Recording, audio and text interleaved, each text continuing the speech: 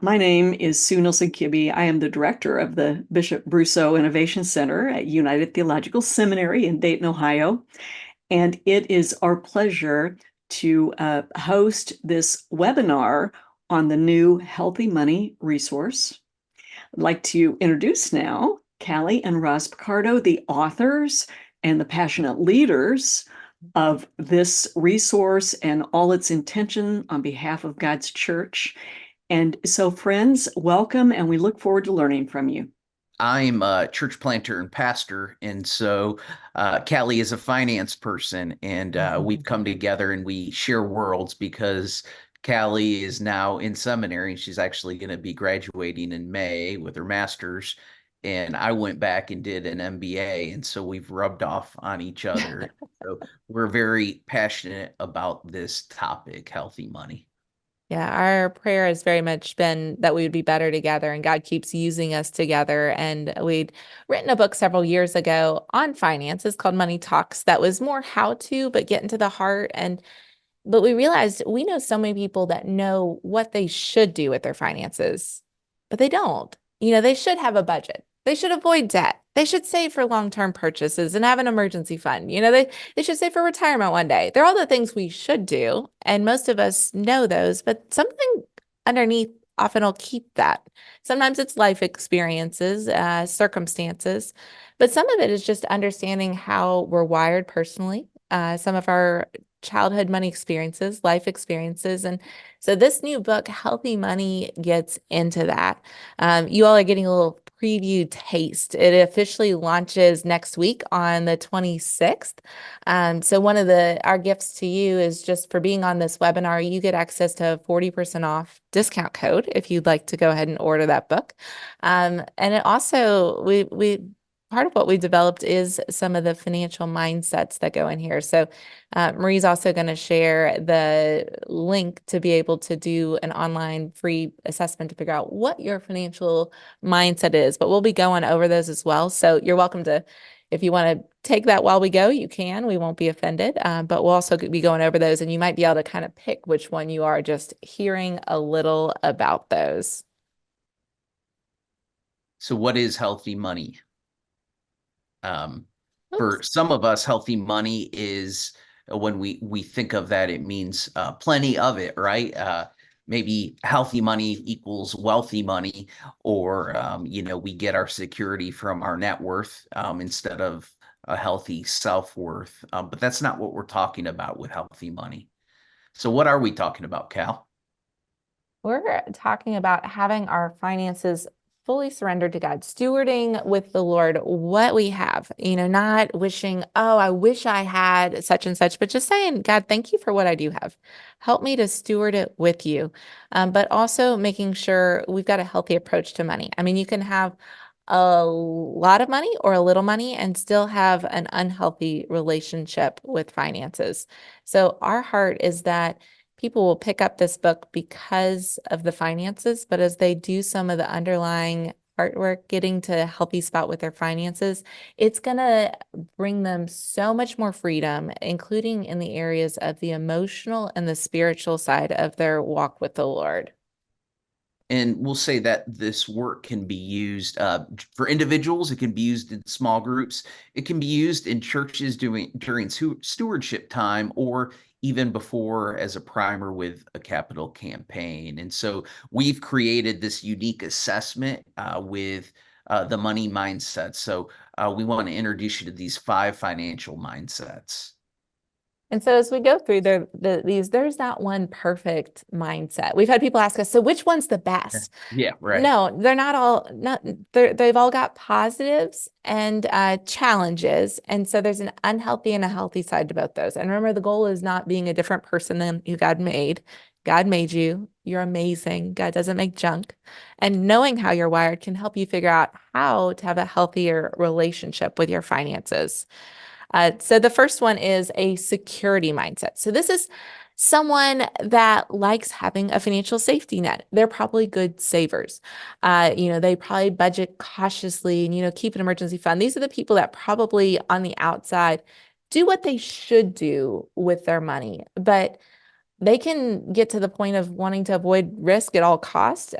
Maybe where God's calling them to step out on faith and do something exciting, and it causes them so much anxiety and fear that it keeps them from stepping into God's best. So kind of positive and negative side for that security mindset. Raz, you want to share about the collector mindset? Yeah, the collector mindset is someone that enjoys finding quality items. And so, these folks may be the ones that have the classic cars. They may have antiques. They have nice taste. They like the finer things in life, but they have to guard against finding their value in just stuff. And then also with the likelihood or the possibility of becoming a hoarder. And that these things shouldn't be kept because of greed, because we know that what we keep can end up keeping us or having a hold of us. So they can learn contentment and cultivating that through having some of these things, but also, and more importantly, building relationships with others. And one thing to add on the collector mindset, it might not be things of huge value they collect. They like trinkets. They like stuff, Yep. Whatever it is. And it might be, little collections of things, our oldest daughter had a Squishmallow birthday party. She is now developing a collection of Squishmallows, it seems. We don't know where to put all these things. The next mindset is a benevolence mindset. This is the person that's so generous. They love giving. They love helping others. They are thinking right now what the best Christmas gifts are to give to their loved ones, even though we're in March.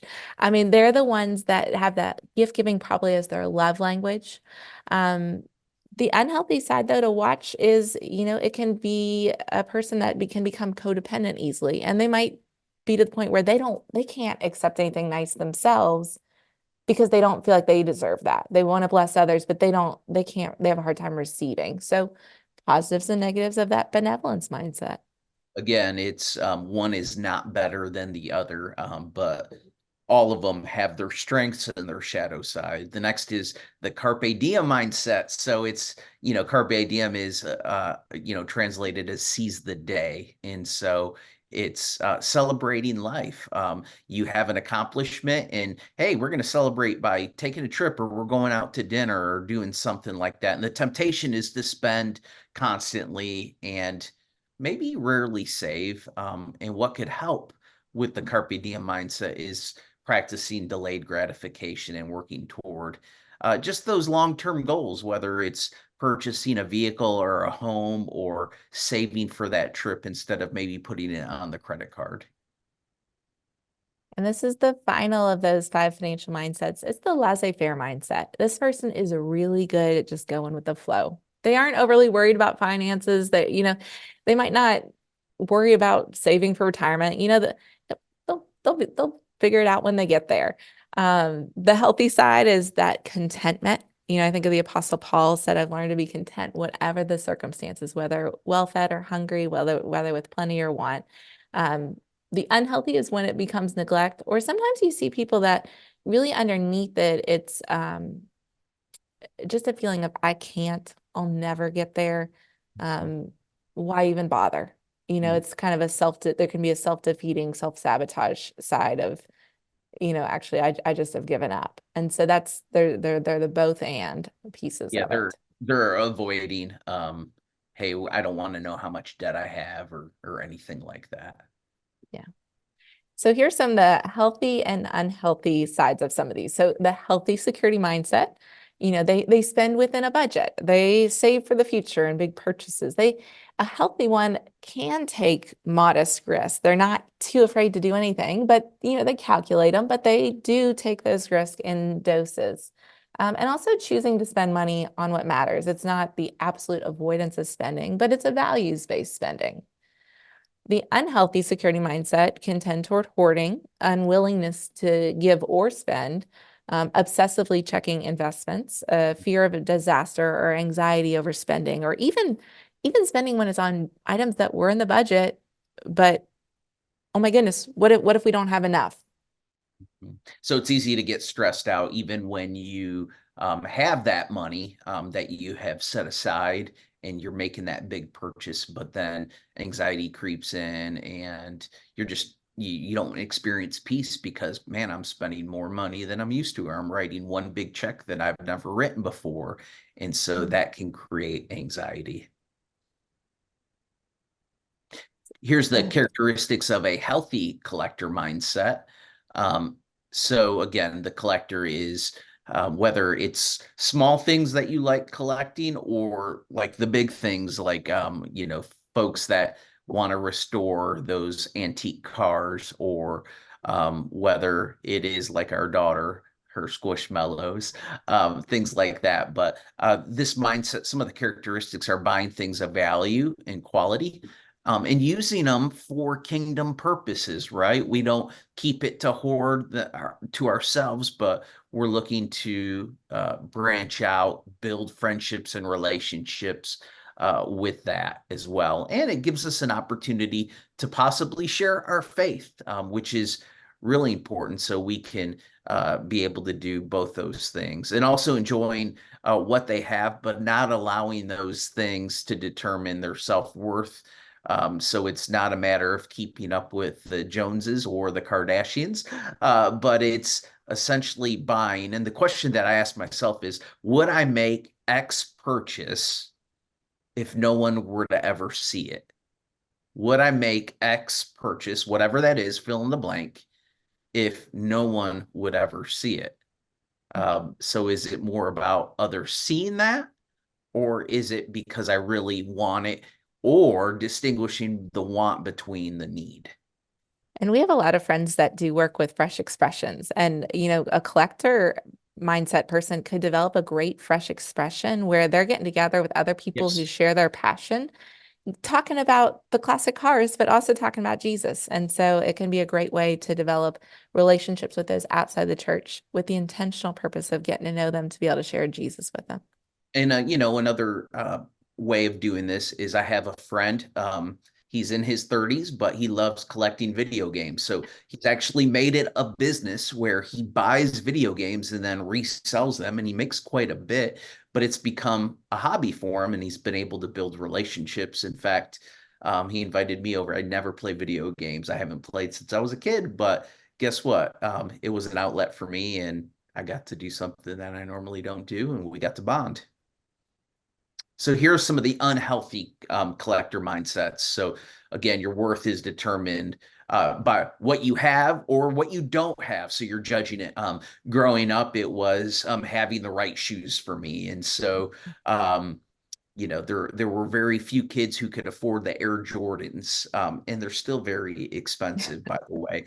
But it was like, man, if I couldn't have these shoes, then I couldn't measure up to the coolest kid in school because they have them. Or it's that constant comparison. As adults, we do that by saying, "Oh, so and so is going on vacation. Can you believe that? They're always going on vacation. I wish I could go on vacation.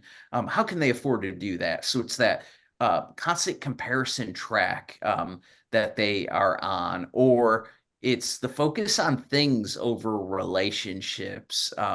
And maybe you've encountered somebody like that when they're operating in an unhealthy collector mindset. They're more captivated by things than really spending time with other people or caring for people just for who they are.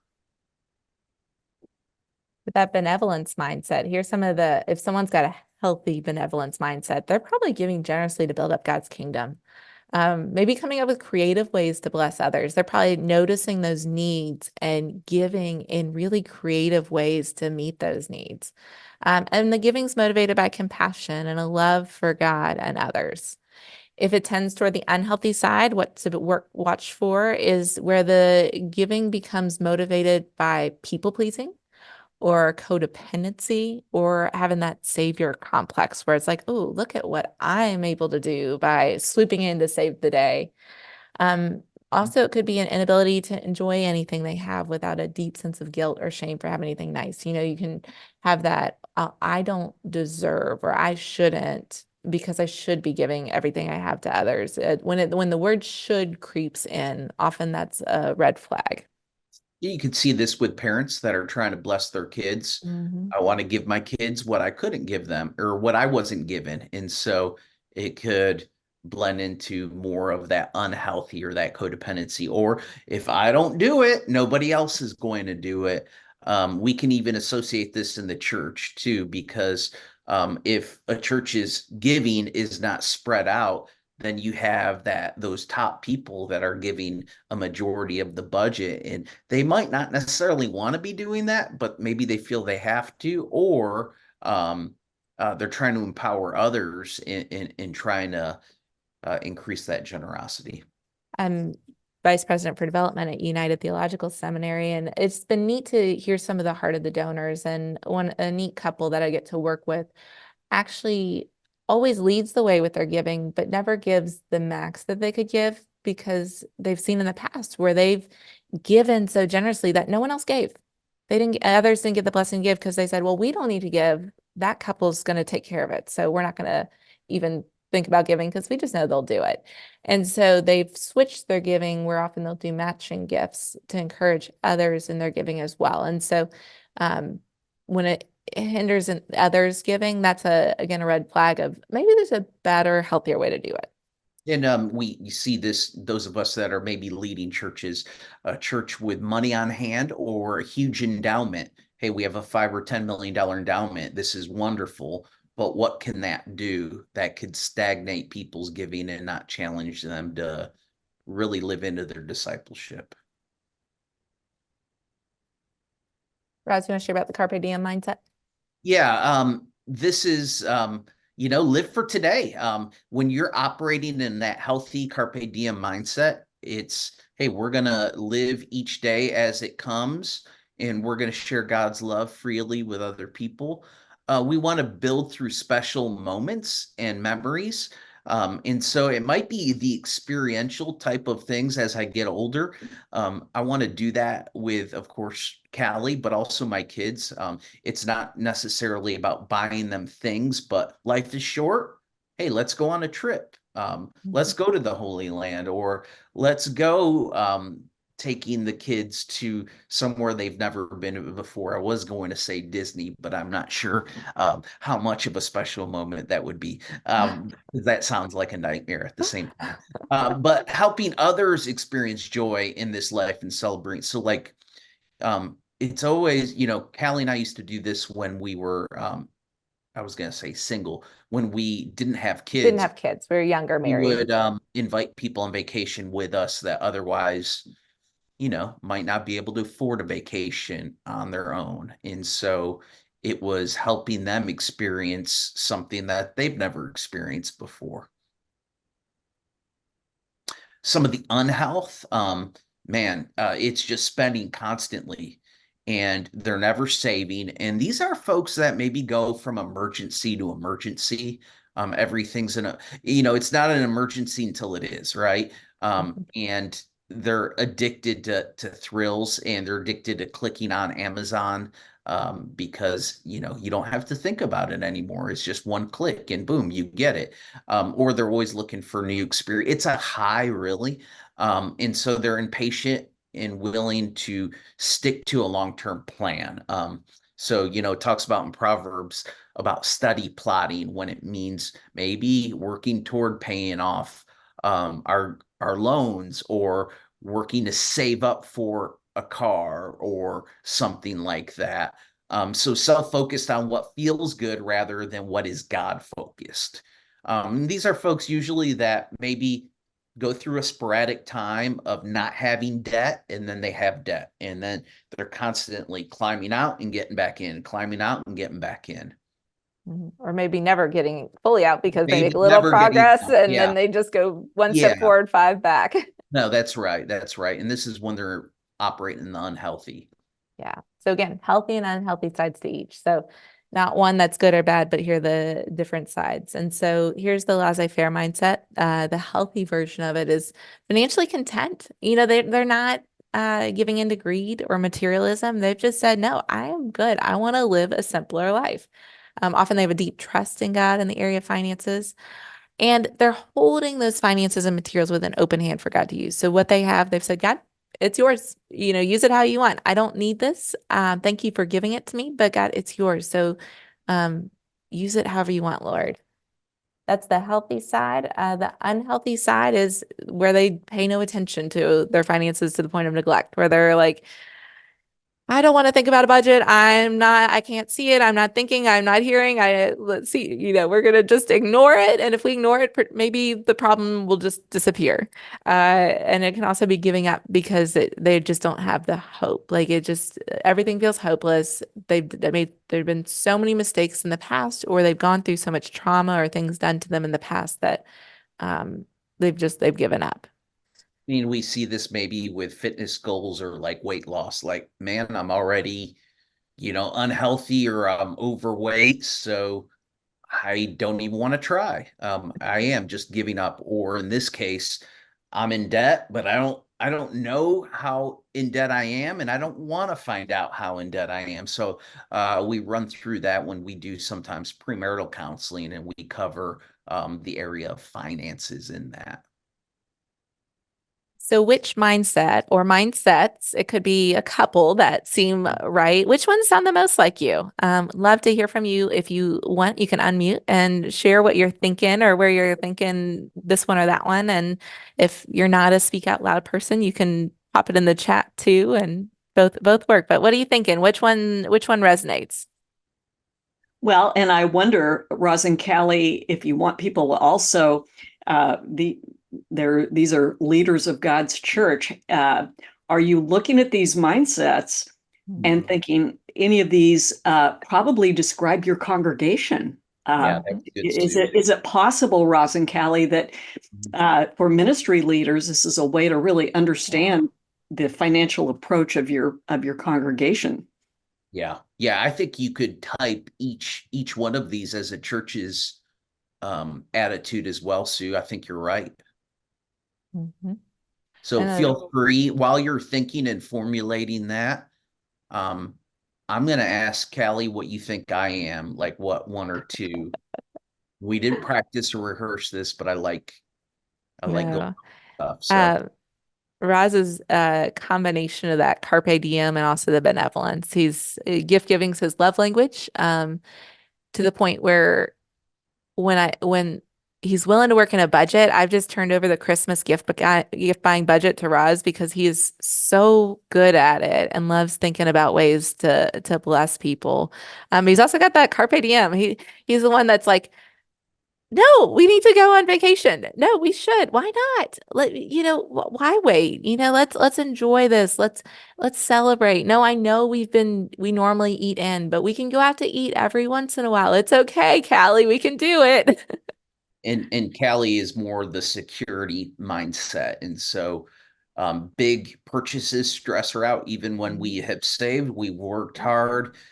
We've hit the finish line on something with goal setting. She still gets a little anxious.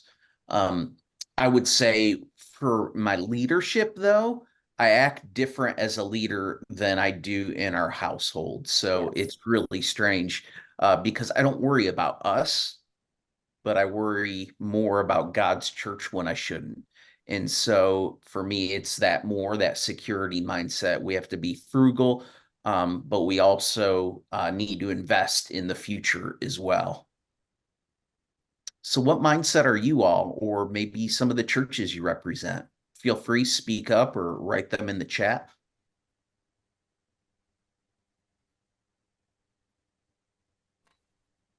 I would say for myself, it's a combination of the security and the benevolence. Mm-hmm.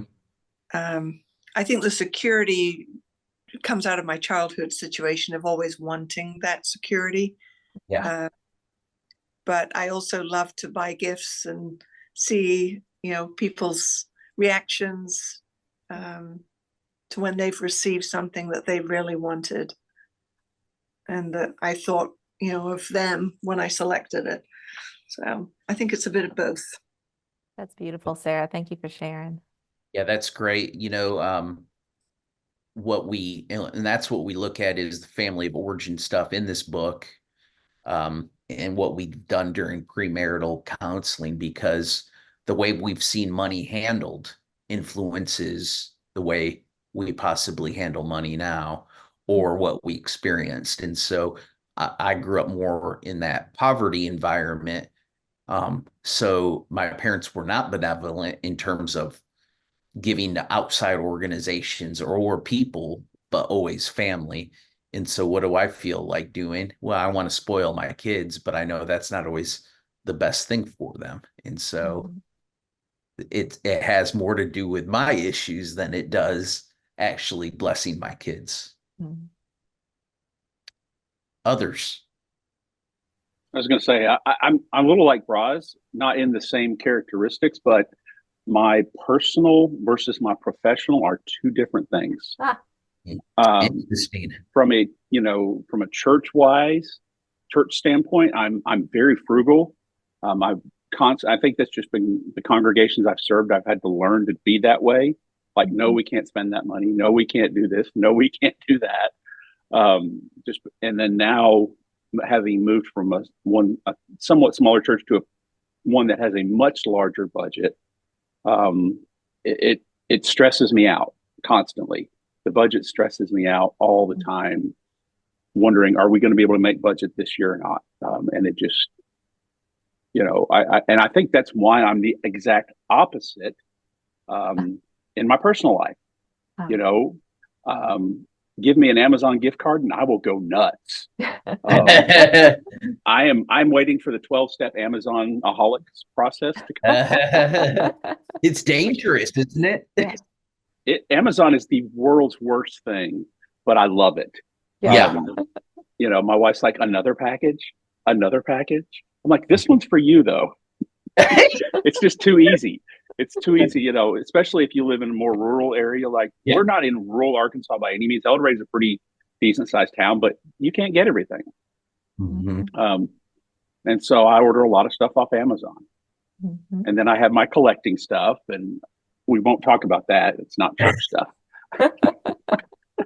But anyways. Well, they tell you need a hobby, right? And so, Sure, it's my hobby. Yeah. Yeah, Amazon. I'm like, oh wow, we can order diapers on Amazon and we don't have to leave the house, and wipes and all of these things. And I'm like, it's just never ending. Every day we get something. Mhm. I'm glad we didn't have Amazon in seminary, or it wasn't as prevalent. Yeah. We would have been in trouble, wouldn't we? Oh yeah. Thanks, Alan. Anybody else? Yeah, I'm kind of like you, Rosario. I have like two different lives when it comes to church and when it comes to personal life.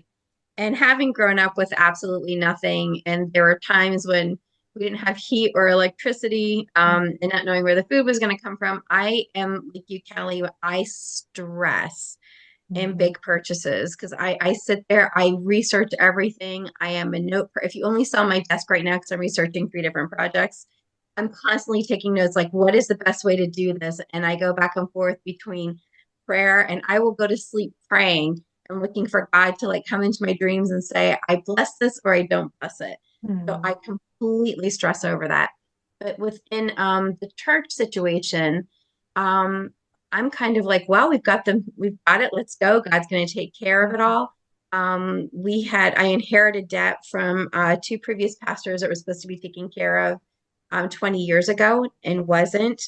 And I kept praying with different people in the church, and we just paid off all of our things. We're having a promissory roast in May. It was so amazing, but we gave everybody a 2-year deadline. And I said, here's my checkbook, and I promise to do this. Will you come alongside me?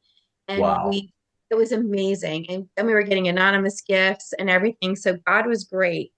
And the other thing is during COVID, we took out that business loan or whatever. Yeah. We were so ridiculously blessed during COVID that my counsel sat around and my finance person said, we need to give this back. This is hoarding, and we should not be hoarding, and we need to give it back. We called the bank and said we're sending it back. And seriously, the president of the bank called us and said, you don't have to give it back. Nobody's accounting for it. Nobody's going to ask for it back. It'll never come back and bite you. And we said, no, we want to give the testimony that God blessed us, and we give it back to the bank. And it went like wildfire. All the churches in the neighborhood said, we can't believe that you gave that money back. We kept ours and did it this way. But the funny Praise thing God. is now we are kind of hurting financially. Mm. And there are a couple times as a pastor, I'm like, oh my gosh, did I bless them to do the wrong thing? Mhm. And there's some really cool things that come. And when we don't have, we continue to see God providing. So I feel like it was the right thing to do, and I think we're seeing the fruit from all of that. But I kind of like start to get that insecurity, like when I was a child, and was this going to be taken away? And even as adult, we went through famine. Sometimes I had cancer, and we lost everything in cancer, and I'll be paying back that hospital bill till the day I die, and God will have to reinvent reincarnation and the whole Christianity thinks I can come back and pay it off in 3 lifetimes. Oh my goodness. but Wow. he's still I still see the blessings in all of that. But I still have that kind of stressor, like, God, are you gonna help me this month to make it? So yeah, so a lot there to unpack, but I'm excited about doing this after Lent to do this whole book. That's so Well, and it awesome. can, like I said, it could be done in a small group or, um, debt repayment plan or capital campaign, because oftentimes when we're preaching and teaching on stewardship, we're assuming everybody's got debt or everybody has this mindset or that. But what would it look like if we took our folks through a journey Mhm. and were able to kind of challenge them uniquely as well? Yeah. Um, Wayne, Wayne, oh yeah, go ahead, yeah, Russ. go ahead, Cal. No, go for it. Wayne shared in the chat, he's got security, benevolence, and carpe diem all mixed up. The security comes from our family business declared bankruptcy, then had to wrestle through a comeback. He said, I love to give as well. My wife is a security and collector, but loves to give. It is a lot mixed family we have. Yeah, and so it's family business growing up. And so y'all have hit on some of where we're going next is, it's a combination of the nature and nurture. It's kind of how you're wired, but also how what you've experienced, how you've been growing up. And so kind of the next piece that's a big part of this getting to healthy money is looking at those childhood money experiences. What did you go through as a kid? Were there the times where you had to deal with the heat not being on or the electricity being shut off? I mean, that'll form you. Did you have an experience where the family had to declare bankruptcy or the family business? That'll shape you. Did you have an experience where you had an abundance? I mean, that'll shape you too. If your family had a lot and you just grew up like either loving that or kind of wrestling with that, like why do we have so much when there's so many that don't? That'll form you too.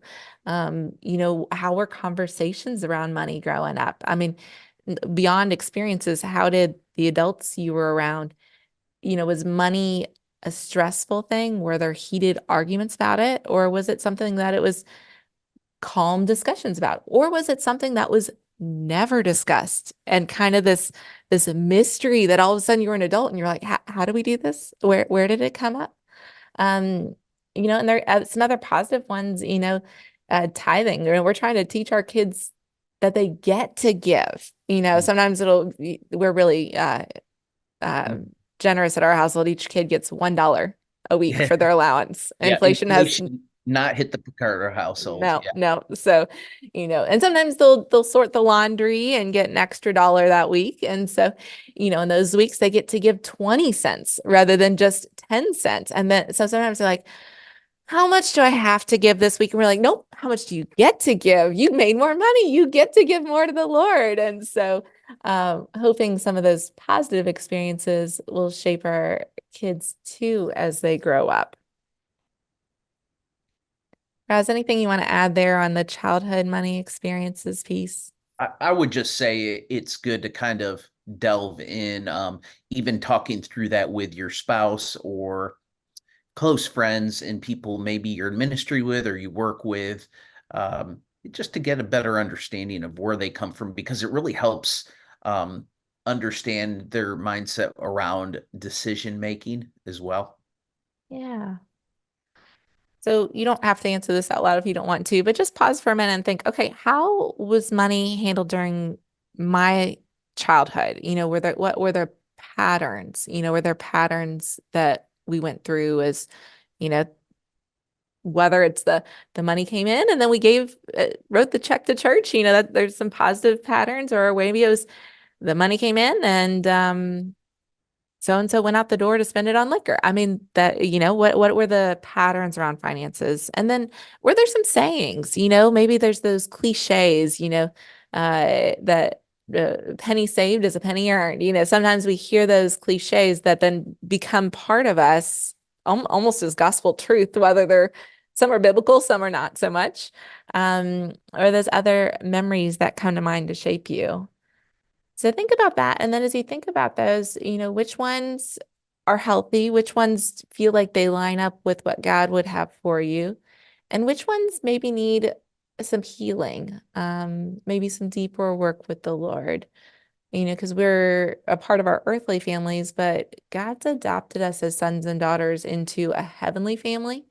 And so we want to learn God's way of handling those finances as well, and kind of rebuilding those godly memories or mindsets that we want to have going forward. And perhaps we want to pass on, whether that's to kids, grandkids, nieces, nephews, or to those in our congregation or small group that we're in.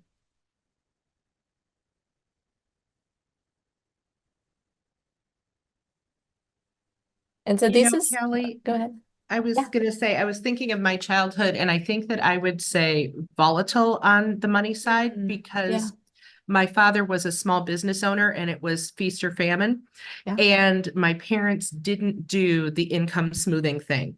And so it was, can we turn on the lights this month? And it was, hey, let's fly to Paris. And so there was, I mean, no joke, both true times, different times. And there were certainly years and seasons, but sometimes it was the month to month thing. And I remember thinking that money was a mystery and scary because it was unpredictable. Because of the volatility. In fact, I had a childhood friend say to me, you understand why you got a finance degree in undergrad, right? Like you get you get what you're doing here, right? And so I think that was interesting because I can't paint with a clear brush one story out of my childhood. And I think that is the story. Yeah, that's good to name, Susan. I love that. Yeah, and churches can experience the same thing as one of y'all mentioned, like, hey, we're doing great, get back the PPP, and then hey, we had a situation, and now we're behind budget, and churches go through that where things could be good one month, and then a disagreement happens, 10 people leave, and then you're like, okay, what do I do, God? And when I've worried about things like that, God has a way of replacing those folks and bringing more increase. So I'm like, okay, God, I trust you. You've done in this past, and you'll do it again. And so when you notice these things and when you can name them, you can start to see how they're impacting you today. And so we can't go back and change our past. That doesn't work. We don't have a time machine. And if we did, honestly, we might lose some of the valuable lessons we can learn from those. But when we notice them and can name them, then it can help us as we're moving forward to say, oh, okay. My combination of my security mindset and the volatility I've experienced, it's making me want to cling on tight, and I'm not trusting God right now. And I know where it's coming from, and I'm going to name it. God, how do I handle this with you? And sometimes it is where God's like, I want to show you. I want to show you how I can provide greater than your parents ever could. I want you to step out and trust me. And sometimes it's saying, hey, so you've seen the volatility. Things go up and down.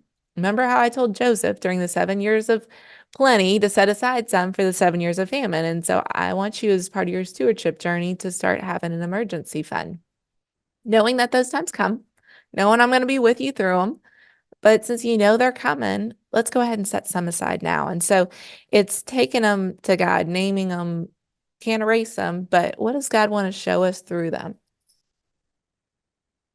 So, Ross and Callie, what does prayer have to do all about this? And this is a core to it when I had the opportunity to look at the Healthy Money resource. And also, I'm wondering if you'll squeeze in here in our last 15 minutes to explain to people the format of the Healthy Money resource, so everyone can kind of imagine what the format is and how to make it user friendly, not only personally but to your congregation, and if that might be relevant to make sure that we get in here. Yeah, Rouse, you want to go for it? Or do you want me to? Go for it. Yeah, so it is the tagline, it's a 30-day journey towards spiritual, emotional, and financial freedom. And so each of those 30 days starts out with scripture, a little short reflection, a little devotional, noticing, naming some things, and then reflection, giving some space for some questions and some journaling. You can, if you don't like writing in books, you can always get a journal or pen and paper, but there's space if you do like just to write straight in there. And then each day there's a prayer with it and a quote as well. But then after each 6 days, there's a space for just looking back, because you can do that work each day and all of a sudden you're just kind of moving through the motions. But after each 6 days, there's a day to pause and reflect. And so just with the questions, as you look back at the past 6 days, what are you noticing? Anything you want to confess or surrender to the Lord as you move forward in the journey? What is your hope or prayer? So we believe prayer is very much a piece of this. Finances aren't separated from faith. So to be able to set with that and be able to take that to God, to write out your own prayer, but also to share it for the Lord. And it goes through the financial mindsets. Then it gets into some of these childhood money memories, then some adult experiences with finances, but then getting into some dealing with, okay, what are the lies? What are those? And so, it goes into the learning from adult experiences. It goes into then financial healing. And some of that's figuring out what are the truth and lies. Some of it's figuring out what are the strongholds that have gotten in and what are some of the spiritual disciplines that can help overcome those, but then also starting to dream for the future. Yeah, and it really, I think of that quote from St. Augustine, work as everything depends on you, pray as everything depends on God. And it's moving more in the area of self-awareness. We may know, hey, for instance, I have a spending problem, but not really understand the why. And so there's a person I've encountered a few different times that, man, they can be doing really well, but when trauma comes up in their life from the past or an event happens, they end up compensating not by going and drinking or drugging, but by spending. And then they get themselves in a hole. And so I think that's the role of asking God for a breakthrough, not just financially, but in our mindset to bring full healing. Mm-hmm. And then there's the opportunity to move forward. So with this journey, this is the first 30 days. And so we intentionally said, okay, 30 days. I might not be able to make a big change in my life for 5 years. You tell me, Callie, for the next 5 years, I want you to do this. I'm going to be like, that's a long time. I don't know where I'm going to be next year. Like 5 years, but 30 days, you can commit to 30 days. And so the idea with this book is it was designed where individuals can go through it and you can do those pause and reflect on your own. A couple could go through it, whether that's premarital counseling or just in their marriage together. Small groups could do it, or even whole churches could do it. It can be part of just some year-round stewardship, and encouraging that financial healing. It could be part of a lead up and kind of tilling the soil, preparing for a capital campaign. We really wanted it to be versatile so that it could be individual, couples, or groups. And by having those pause and reflect days, people don't have to share all the details. They can kind of get to some of those bigger pieces there.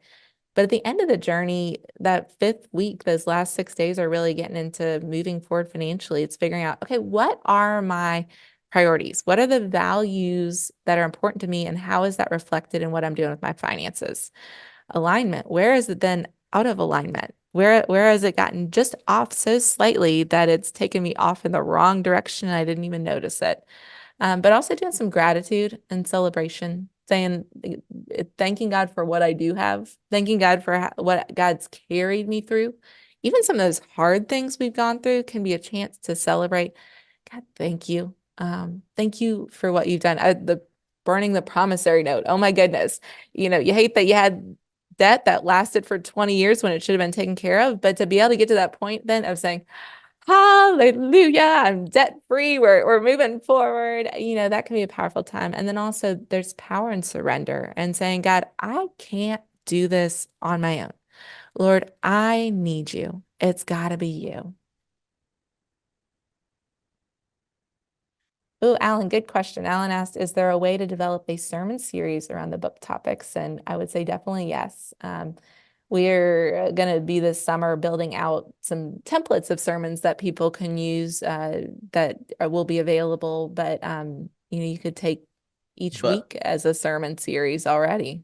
Alan, if you beat us first, then we'll give you the credit, and we'll, if you give us permission, we'll use your stuff, man, and give you the credit. So just let me know. Alan and I went to seminary together and the same church, and he's a great supporter. So thanks, Alan.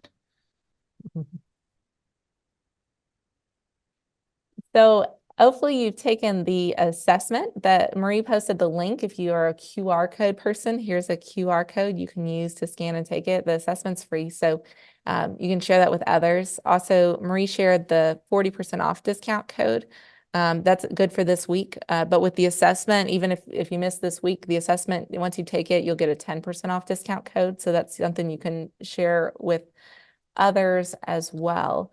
The 40% will be just for invite resources. So that's directly from the publisher. So yeah, the book's available Amazon and others as well, but the 40% off discount code is just the invite. And Marie, maybe you can post the links again for that and the discount code in the chat, just so it pulls up a little closer for those that have lost it in the feed. But we've got a few minutes here at the end as we wrap up. If anyone has questions or just other ideas or reflections as you've gone through. Go ahead and send them to that. Go to that last page, Cal. Yeah, there's that. And then Marie's also posted it with the link for being able to buy it in the chat as well. So that's good today through the 25th of March. So it's that 40% discount code doesn't last long. It's just through now for you guys through pre-launch. Because it officially launches on the 26th so it's through Monday the 25th. What questions might you have if you want to drop it in the chat or pipe up? Don't be shy.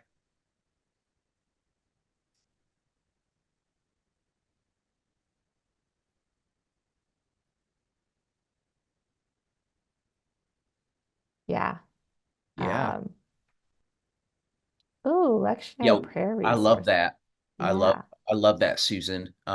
Yeah, we have some work to do this summer to get things up and running for when all of our wonderful pastors and church leaders are looking toward stewardship series. But I encourage you to talk about giving anytime where you feel like it's a natural tie to talk about discipleship. So that's one of our practices. The church is unlike any other nonprofit because we have at least 52 times a year to make solicitations. Yeah. So think about that. Yeah, but what do we end up doing? I'm jealous working in the seminary world. I have to do mailers and try to connect with people one-on-one in their busy schedules. And you all get them 52 weeks a year, or at least maybe 12 if they say they're regular. But so what do we end up doing instead of casting vision? We just say, well, can the ushers come up? And that's it. And I always, feel sick to my stomach when that is the offering call and plea, but cast that compelling vision. So, yeah. So well, that's such a great idea, Pastor Susan. Yes. If Roz and Callie could create some spiritual expectancy kinds of prayers that could go along with the 30 days of the book that pastors could use in those excellent moments that that you're talking about. What a great, Ross and Callie, could that give you some energy to create those to go along with Oh, the yeah. course? Yes. Absolutely. Susan's a great idea source. Well, thank you. No, I would love that because every week they want just a short scripted prayer in the bulletin for everybody to say along to collectively bless the offering. And every week I'm like, oh, I don't want to go high church and I do want to be inspirational and it feels redundant. And if I had a resource where I was like, okay, I got 3 or 4 sentences that we can all just let the words change us by praying them together, saying them together. It would sure be a blessing to me. Now, I know that's, a personal plea, but hey, if you're going there, go there. Yes, I love that you added that because we're always trying to figure out ways to do things differently at Mosaic. So it might be during this sermon series, we have a prayer we pray together over the offering and that time together. I love it. Yeah, and with the two, one of the things that I was able to do was last year take on a second church. And right now we're in the midst, we're fasting from discussion during Lent and doing the dynamite prayer. And then Buzz and I added a couple more things because we have more than 28 days to pray. What is really kind of neat about this book, I really see it being a guiding force to help when we do come together to talk about murder. Because our mission right now, or our collective voice is mission and ministry. And we've been trying to make that change over the last year to have that be the drive so that it's not just about money, but the conversation still needs to be had about money. Like we can't ignore that that's not part of the driving force because what would it look like if we can be more generous in our community? And what would it look like if we can save so much to ensure that if an emergency happens, what can we do with that? So I can see this molding. I'm actually going to do it by myself alone and then present it to the two churches to do something collectively after we get past the next 30 days after Easter. But I'm looking forward to how this might shape those conversations and the talk of a merger and the two churches coming together. I love that idea, Kelly. I mean, imagine if you had these two churches or any church that you, for others that are on, that are together, all getting healthier in how they handle finances. And it's also setting them free emotionally and spiritually as well. And then they're at this space where they know their own biases that are holding them back when they approach those conversations at the church, like their own background. But then they're also at a spot of they're growing. And so they're so excited about what God might do. I mean, what might God do, Kelly, with your churches as you have all these folks together growing healthier in this area with their money and everything else? Oh, I love that. Yeah, and the one piece on there where you talked about the childhoods, I'm like, oh my word! Like, think about bringing two churches together to be their own entity, and talking about their childhoods from their, their church that we, well, we did it this way. No, we did it that way. We felt this way. We felt that way. But just like bringing it to say this was, and now what can be. So I love that section of how we can use that in the church setting. Well, it just makes me think how in premarital counseling, so often we talk to individuals about how is money handled growing up. You've got two churches that are coming together in holy matrimony. I mean, they're coming together as one. Like, how have they done finances in the past? How has their childhood and adolescence of finances gotten them to the point where they are today? But what do they want it to look like together going forward? Oh, that's exciting. And hey, just so I'll know that there are also bulk discounts on Invite Resource as well. If you're ordering a larger quantity, I think 20 or more, you start getting a discount. So if you are thinking about this for a small group or a church, there's some discounts from Invite. Well, we want to thank you on our time, and we'll welcome Sue back on for any further instructions from her or Marie.